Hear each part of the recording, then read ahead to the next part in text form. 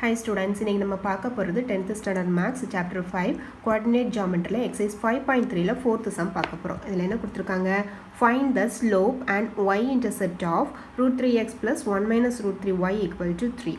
ஒரு ஈக்குவேஷன், ஒரு லைனோட ஈக்குவேஷன் கொடுத்துருக்காங்க. இதிலிருந்து நம்ம ஸ்லோப்பும் ஒய் இன்டர்செப்டும் கண்டுபிடிக்கணுமா. ஸ்லோப்பும் ஒய் இன்டர்செப்டும் அப்படின்னு வேர்டு வந்துட்டுனாலே நம்ம என்ன ஃபார்ம் தான் நம்ம மைண்டுக்குள்ளே வரணும்? ஸ்லோப் இன்டர்செப்ட் ஃபார்ம் தான் நமக்கு மைண்டுக்குள்ளே வரணும். இப்போ அந்த ஃபார்ம் யூஸ் பண்ணி தான் நம்ம ஸ்லோப்பையும் ஒய் இன்டர்செப்டையும் கண்டுபிடிக்க போகிறோம். ஓகேவா? சொல்யூஷன் வாங்க. இந்த given equation of line is என்ன ஈக்குவேஷன் கொடுத்துருக்காங்க? Root 3x plus 1 minus root 3y equal to 3 கொடுத்துருக்காங்க. நம்ம இந்த ஈக்குவேஷனை என்ன ஃபார்மட்டுக்கு மாற்ற போகிறோம்? y is equal to mx plus c, that is slope intercept ஃபார்முக்கு இந்த ஈக்குவேஷனை கொண்டு வர போகிறோம்.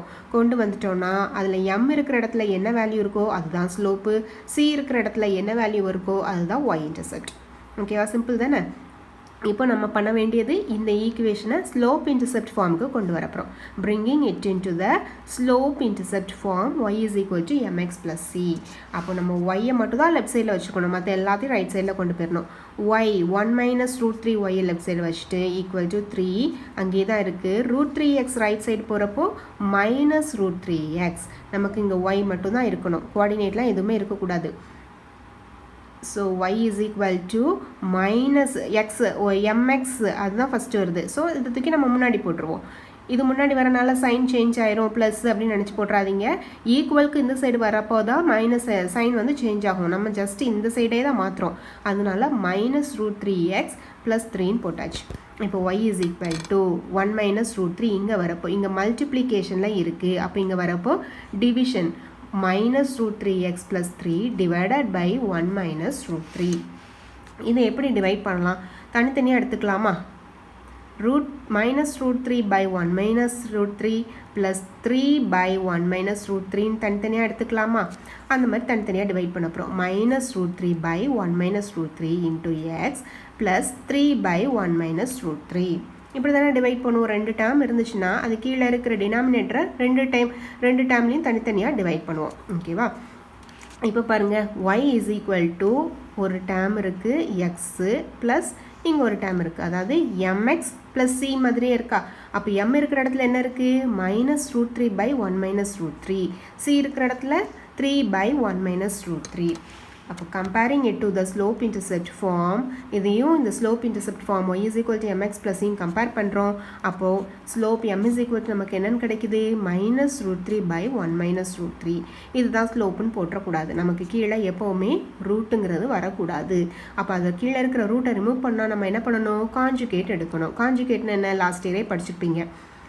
டினாமினேட்டரில் இருக்கிறதுக்கு ஆப்போசிட் சைன் எடுக்க போகிறோம். இப்போ இங்கே 1 இருக்குது, அப்போ மைனஸ் 1 போடுறோம் அப்படின்னு போடக்கூடாது. முன்னாடி இந்த டேர்ம்லேயும் என்ன சைன், இந்த டேர்மில் என்ன சைன் இருந்தாலும் பரவாயில்ல, சென்டரில் இருக்கிற சைனை மட்டும் ஜஸ்ட் ஆப்போசிட். இங்கே 1 மைனஸ் ரூட் 3 இருக்கா, அப்போது 1 ப்ளஸ் ரூட் 3. இப்போ மைனஸ் 1 மைனஸ் ரூட் 3 இருந்தாலும் மைனஸ் 1 ப்ளஸ் ரூட் 3 தான் போடணும். சென்டரில் இருக்கிற சைன் மட்டும் தான் சேஞ்ச் பண்ண போகிறோம். So minus 3 by 1 minus root 3 into divided by, இதை எது கூட மல்டிப்ளை பண்ணுறோம்? இதுக்கு ஆப்போசிட் சைன் 1 ப்ளஸ் ரூட் 3. கீழே எதால் மல்டிப்ளை பண்ணுறோமோ அதாலே மேலேயும் மல்டிப்ளை பண்ணணும். 1 ப்ளஸ் ரூட் 3. இப்போ minus root 3 into 1 plus root 3 divided by, இது என்ன ஃபார்ம் பாருங்கள்? a minus b, a plus பியாக இருக்கா? a minus b into a plus b. Formula என்னது? a square minus b square. So ஏங்கிறது 1, பிங்கிறது ரூட் 3. அப்போது 1 ஸ்கொயர் மைனஸ் ரூட் 3 ஸ்கொயர்னு போட்டுடலாமா? சரி, இப்போ இதை ரூட் 3 கொண்டு உள்ள மைனஸ் ரூட் 3 உள்ளே கொண்டு மல்டிப்ளை பண்ணுறப்போ 1 இன்ட்டு மைனஸ் ரூட் 3 வந்து மைனஸ் ரூட் 3 ஆகும். Minus root 3 into plus root 3 வந்து மைனஸும் ப்ளஸ்ஸையும் மல்டிப்ளை பண்ணுறப்போ மைனஸ் வரும். ரூட் 3யையும் மல்டிப்ளை பண்ணால் நமக்கு என்ன வரும்? 3 தான் வரும். ரூட் 3 மல்டிப்ளை பண்ணி ரூட் 9 போட்டுறாதீங்க.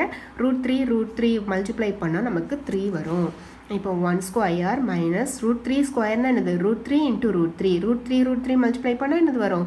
3 equal to minus root 3 minus 3 by 1 minus 3 வந்து மைனஸ் 2. ஸோ நமக்கு இதில் ரெண்டுலேயுமே மைனஸ் சைன் இருக்கா, அப்போ மைனஸை காமனாக வெளியில் எடுத்துருவோம்.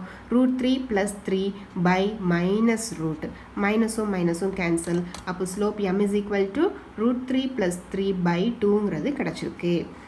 இது ஸ்லோப்பு. இன்னும் y இன்டர்செப்ட் நம்ம கண்டுபிடிக்கல. y இன்டர்செப்ட் அந்த c இருக்கிற இடத்துல என்ன இருந்துச்சு? 3/1 மைனஸ் ரூட் 3. இதுலேயும் கீழே ரூட் வந்திருக்கு. ஸோ இதுலேயும் கான்ஜுகேட் எடுக்க போகிறோம்.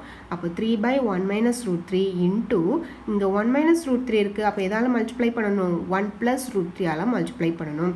கீழே எதால் மல்டிப்ளை பண்ணுறோமோ மேலேயும் அதால் மல்டிப்ளை பண்ண போகிறோம். 1 ப்ளஸ் ரூட் 3. அப்போ 3 இன்ட்டு 1 ப்ளஸ் ரூட் 3 பை இது அதே தான், சேம் தான். a minus b a plus b.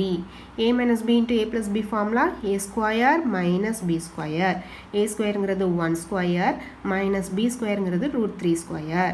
அப்போ இதை மல்டிப்ளை பண்ணுறப்போ 3 into 1 is 3 plus 3 into root 3 is 3 root 3 by 1 square வந்து 1 minus root 3 ஸ்கொயர் பண்ணால் root 3 into root 3 3 வரும்.